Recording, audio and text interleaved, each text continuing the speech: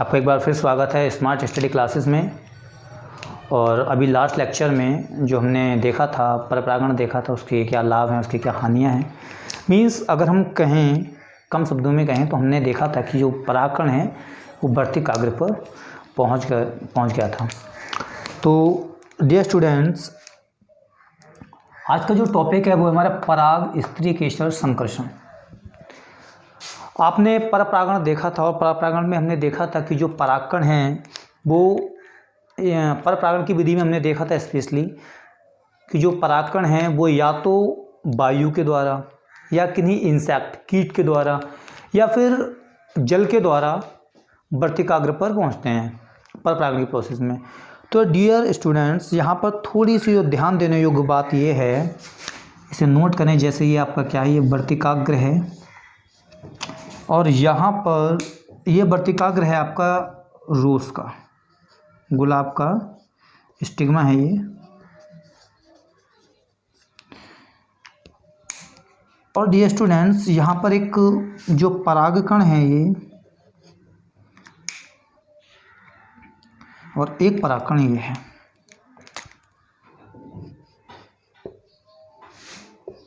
ये जो परागकण है ये रोज का है, रोज पोलन है, और ये गुड़हल का है।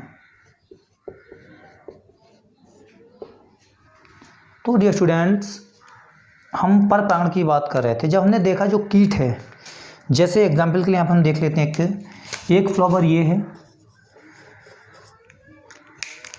दूसरा फ्लावर हमारा ये है,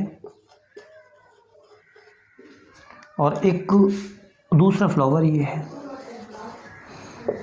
ये दोनों फ्लावर जो रेड कलर से दिखाए ये सेम स्पीसीज के हैं, एक ही जाति के हैं। जैसे ये भी रोज का है और ये भी रोज का है फॉर एन एग्जाम्पल, और ये गुड़हल का है। तो डियर स्टूडेंट्स, परपरागण में होता क्या है, यहाँ पर कोई ये एक हमने इंसेक्ट बना दिया,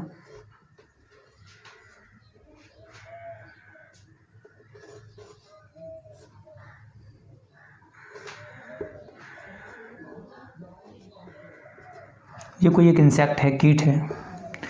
ये क्या करेगा कि इसके लिए फूलों का रस, मकरंद चूसना है। तो ये आया और आकर के गुड़हल के फ्लावर पर बैठ गया। जब ये गुड़हल के फ्लावर पर बैठेगा तो गुड़हल के जो परागकण हैं, जो हमने यहाँ ब्लैक कलर से दिखाए हैं, ये इसके पैरों में चिपक जाएंगे यहाँ पर, ये इस प्रकार से।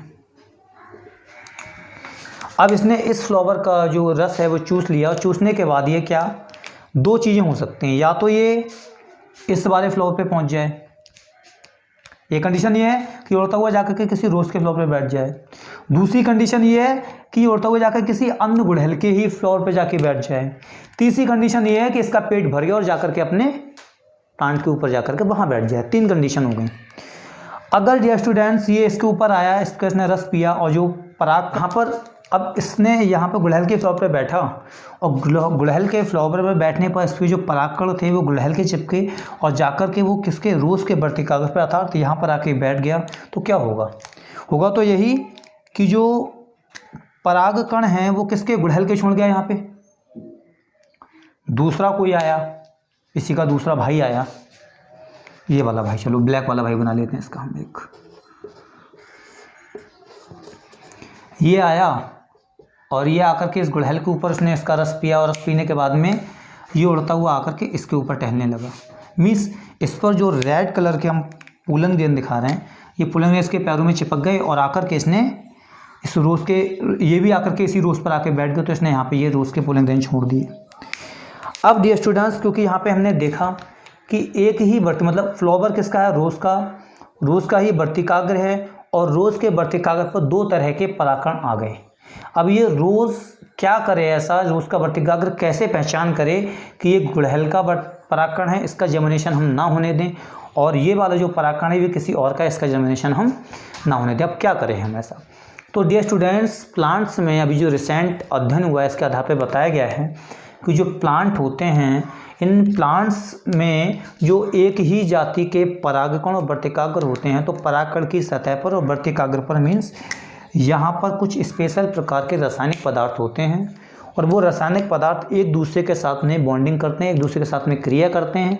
यदि उन रासायनिक पदार्थों के बीच में क्रिया संपन्न हो जाती है तो वो समझ जाता है कि ये परागकण हमारी ही जाति का है, हमारे ही वर्ग का है, तो उस परागकण का आगे की ओर अंकुरण होता है, पराग नलिका का निर्माण होता है। और यदि कोई दूसरा परागकण आ जाता है, जैसे गुड़हल का परागकण आ गया रोज के वर्तिकाग्र पर, तो उनके जो रासायनिक पदार्थ है उनके बीच में रासायनिक अभिक्रियाएं नहीं हो पाती हैं और उससे ये वर्तिकाग्र को पता चल जाता है कि ये परागकण हमारी जाति का नहीं है, इसका हमें परागकण का आगे की जनरेशन नहीं होना है। तो करेगा क्या, ये वर्तिकाग्र इस गुड़हल के परागकण के आगे के विकास को रोक देगा, उसे अवरुद्ध कर देगा। तो इस प्रकार से हम कह सकते हैं कि जो पराग स्थितिकेसर संकर्षण है वो एक प्रकार का परागकण और वर्तिकाग्र के बीच में होने वाली एक पारस्परिक रासायनिक अभिक्रिया है, जिसके दौरान ये पता चलता है कि जो परागकण वर्तिकाग्र पर आया वो एक ही जाति के हैं या अलग अलग जाति के हैं। यदि एक ही जाति के हैं तो परागकण का आगे की ओर अंकुरण होगा और पराग नलिका नीचे की ओर अंडाशय तक जाएगी बन के, ठीक है, अंडाशय में जो बीजांड है वहाँ तक जाएगी। यदि दूसरी जाति का परागकण आ गया तो उसका जर्मिनेशन ही नहीं होगा। और ये किसके द्वारा संभव होता है, इसे संभव होता है पराग स्थितिकेसर संकर्षण। तो हमने यहाँ पे लिखा भी है, तो आप लोग स्क्रीनशॉट लेके से लिख लेना। हमने लिखा है पराग स्थितिकेसर संकर्षण एक गतिक प्रक्रम है जिसमें परागकण के वर्तिकाग्र पर पहुँचने से लेकर पराग नलिका के बीजांड तक पहुँचने की प्रक्रियाओं को सम्मिलित करते हैं। इसे हम निम्न प्रकार से समझ सकते हैं। पहला क्या है कि परागकण की वर्तिकाग्र के द्वारा स्वीकृति, इसका मतलब ही यही है कि जो परागकण वर्तिकाग्र पर आया है वो परागकण रोज का है या गुड़हल का है। यदि रोज का है और रोज का ही वर्तिकाग्र है तो रोज के परागकण को जो वर्तिकाग्र है रोज का वो उसे स्वीकार कर लेगा और उसमें आगे की जो प्रोसेस है, आगे उसका जर्मिनेशन होगा उसके लिए आगे की ओर प्रोत्साहित करेगा। यदि गुड़हल का आ जाता तो वो उसे प्रोत्साहित नहीं करता। तो हमने लिखा भी है, जब परागकण वर्तिकाग्र पर पहुंचता है तब परागकण की सतह पर तथा वर्तिकाग्र पर कुछ रसायन होते हैं जिनमें क्रिया के द्वारा सुनिश्चित होता है कि परागकण और वर्तिकाग्र एक ही जाति के हैं या अलग जाति वर्ग के। यदि परागकण और वर्तिकाग्र एक ही जाति के होते हैं तो परागकण में आगे की घटनाएं जैसे अंकुरण को वर्तिकाग्र प्रोत्साहित करता है। और यदि परागकण घटनाओं को वर्तिकाग्र प्रोत्साहित करता है और यदि परागकण अन्य जाति का होता है तो वर्तिकाग्र परागकण में होने वाली आगे की घटनाओं को अवरुद्ध कर देता है। यही बात हमने देखी थी यहाँ पे। होगा क्या स्टूडेंट, देखो थोड़ा सा समझने के लिए, क्योंकि 12th लेवल में इतना ज़्यादा डीप तो नहीं जाना है हमें उन केमिकल्स का, उन प्रोटीन्स का नाम नहीं पढ़ना है कि होता क्या है, लेकिन एक आइडिया जो जनरल रफ आइडिया है वो आपको बता दे रहे हैं कि एक्चुअल में होता क्या है। इससे एक कॉन्सेप्ट आपके माइंड में सेट हो जाएगा। ये वाली बात समझ में आ गई होगी आशा करते हैं। और आगे का थोड़ा सा और देख लेते हैं। ये स्टूडेंट, जैसे ये कोई एक परागकण है, ये ठीक, परागकण के अंदर हमने देखा था कि एक जो है वर्धी कोशिका होती है, ये परागकण है। तो इस परागकण पे होगा क्या कि परागकण पे यहाँ इसकी जो सतह है यहाँ पर कुछ प्रोटीन्स रासायनिक पदार्थ लगे होंगे, सभी में होंगे यहाँ पे चारों तरफ। ऐसे ही कोई जो वर्तिकाग्र है, जैसे ये रोज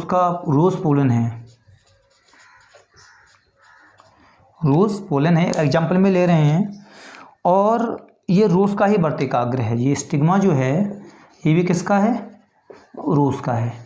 तो इसका जो ऊपर ये जो कुछ रासायनिक पदार्थ इसकी सतह पर लगे हैं, ऐसे ही कुछ रासायनिक पदार्थ यहाँ पे लगे होंगे, वर्तिकाग्र पर लगे होंगे।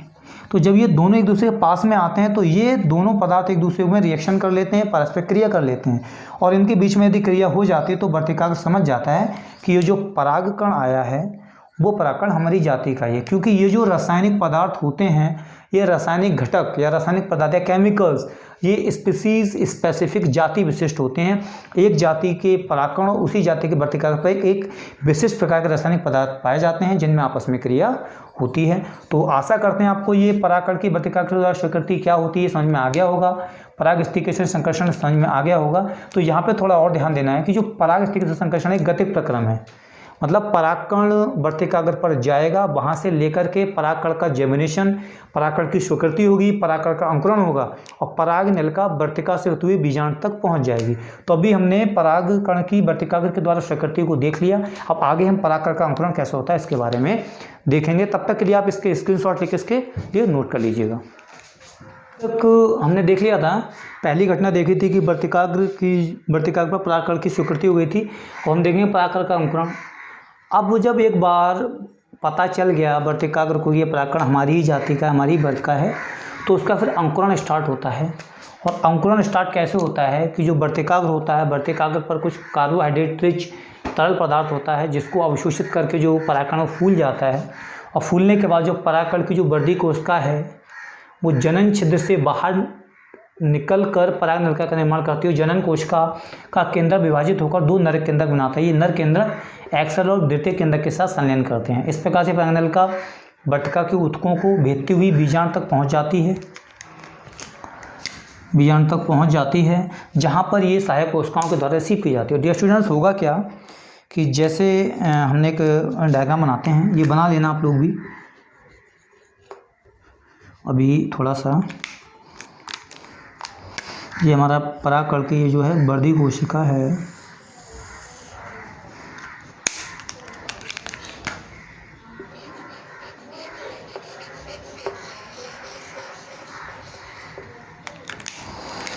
ये इसकी एक्साइन लेयर है, इसकी ये एक्साइन, ये इसकी इंटाइन है, और ये जर्म पोर था। जर्म पोर से जो वर्दी कोशिका ये बाहर की ओर बल जाओ क्योंकि इसने क्या पोलन ट्यूब बना ली है। इसका जो साइटोप्लाज्म है वो भी अंदर की ओर जाएगा, तो यहाँ पर कुछ कैलोस प्लग बन जाएंगे। ये कैलोस प्लग क्या करेंगे, साइटोप्लाज्म को पीछे की ओर आने से रोकेंगे, और जो हमारी जो जनन सेल थी यहाँ पे ये थी, इसका जो केंद्रक था, ये केंद्रक डिवाइड करेगा और डिवाइड करके दो नर केंद्रक बनाएगा। एक यहाँ होगा और एक यहाँ होगा। ये क्या होंगे, ये नर केंद्रक।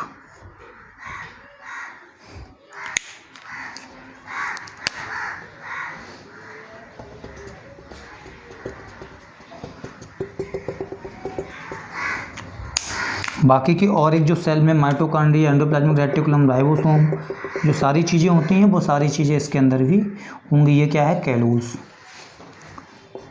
तो डियर स्टूडेंट्स, ये एक परागकण है, परागकण का जर्मिनेशन हुआ है, इसकी जो वर्दी कोशिका है बाहर की ओर बल्ज आउट कर गई, बाहर की ओर निकल गई है, और उसने एक पराग नलिका का निर्माण किया है जो इसके अंदर, और जो जनन कोशिका थी उसका केंद्रक ने डिवाइड करके दो नर केंद्रक बना लिए हैं, और ये आगे की ओर बढ़ती जाएगी। उसी के साथ साथ आपके ये नर केंद्रक भी आगे की ओर बढ़ते जाएंगे। तो इसका आप लोग डायग्राम बना लेना।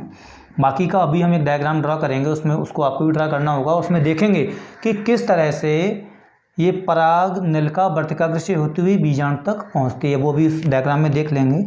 तो इस डायग्राम को आप लोग बना लेना, करना पराग कण का अंकुरण, पराग कण का अंकुरण। इसे आप बना लीजिएगा। और अभी हम ये पूरी प्रोसेस समझ में तो आ गई है, अभी आप लोग लिख लेना ये प्रोसेस होती कैसे है, इसके लिए एक डायग्राम के माध्यम से समझेंगे। तो आई होप कि आपको ये सब कुछ क्लियर हो जाएगा। तो इसे आप बना लीजिए, स्क्रीनशॉट ले लीजिए, और वो डायग्राम को हम देखते हैं।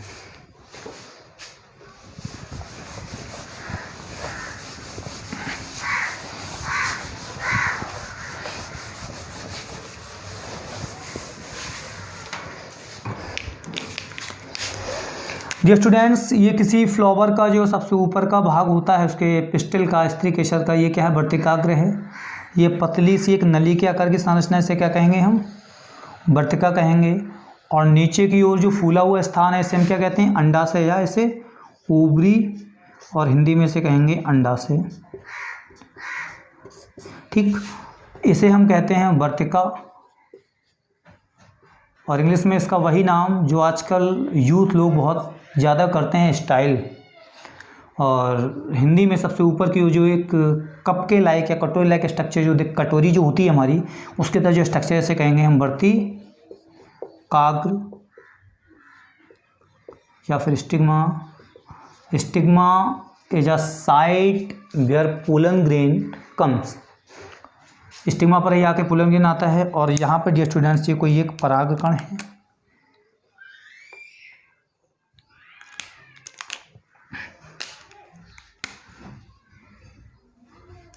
तो डियर स्टूडेंट्स होगा क्या कि जब ये वर्तिकाग्र पर सबसे पहली स्वीकृति हो जाएगी कि पता चल जाएगा वर्तिकाग्र ये परागकण हमारी जाति का है, तो यहाँ पर कुछ पदार्थ होगा, कार्बोहाइड्रेटिक पदार्थ होंगे यहाँ पर।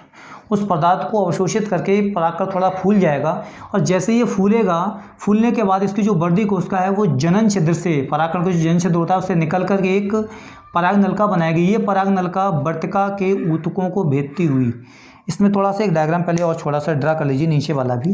ये जो अंडाशय होता है, अंडाशय के पास में अपरा होता है, अपरा से एक फिनिकल जुड़ी होती है, और फिनिकल से जुड़ा होता है हमारा क्या, ओव्यूल।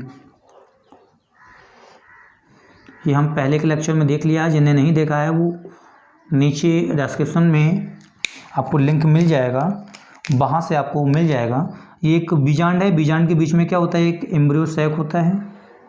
एम्ब्रियो सैक में ऊपर की ओर 3 सेल होती हैं जिन्हें एंटीपोडल सेल्स कहते हैं, नीचे की ओर 2 सेल्स होती हैं जिन्हें हम सिनर्जिस सेल्स या सहायक कोशिकाएं कहते हैं, जो कि पराग नलिका को रिसीव करेंगी।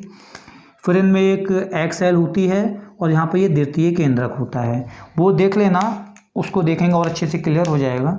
तो डियर स्टूडेंट, होगा क्या, पराग नलिका का जर्मिनेशन होगा, और उसका उद्देश्य यही है कि जो इसमें जो नर युग्मक बने थे, इन नर युग्मकों को इस भ्रूण कोश के अंदर पहुंचा दे। ये क्या है, भ्रूण कोश या एम्ब्रियो सैक।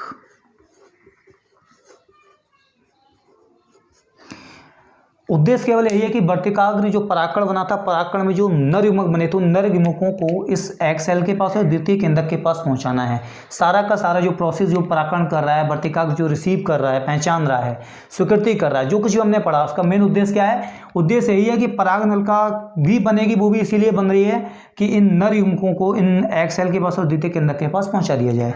तो यहाँ पर क्या हुआ, कार्बोहाइड्रेट मटेरियल को अवशोषित करके, एब्जॉर्ब करके, जो हमारी वेजिटेटिव सेल या वर्दी कोशिका है, ये क्या करेगी, एक पराग नलिका का निर्माण करेगी। और ये पराग नलिका अंदर की ओर, नीचे की ओर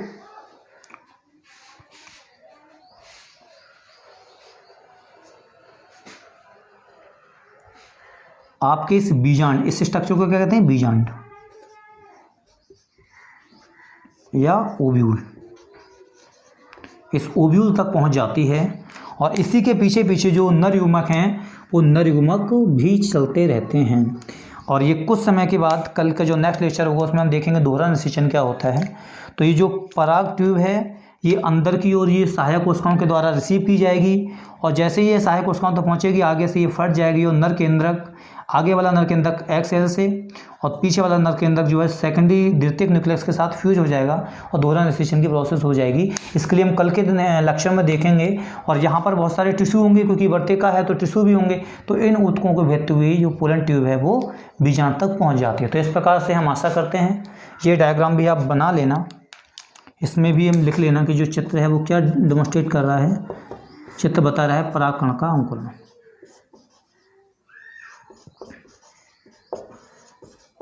वहाँ पर हमने जो पराग नलिका बनाई थी वो सेपरेट बनाई थी, यहाँ पर एक बीजांड के अंदर किस प्रकार से प्रवेश करेगी, उन सारी चीज़ों को हमने यहाँ पर देखा। आई होप कि आपको ये वीडियो पसंद आई होगी, जो कुछ जानकारी मेरे द्वारा दी गई वो आपको समझ में आई होगी।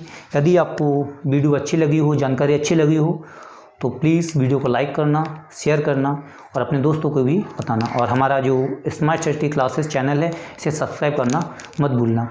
और अभी कुछ बायोलॉजी क्लासेस लगातार नहीं आ पा रही हैं, इसका थोड़ा सा कारण ये है कि अभी हम सेटअप लगा रहे हैं, तो थोड़ी प्रॉब्लम है।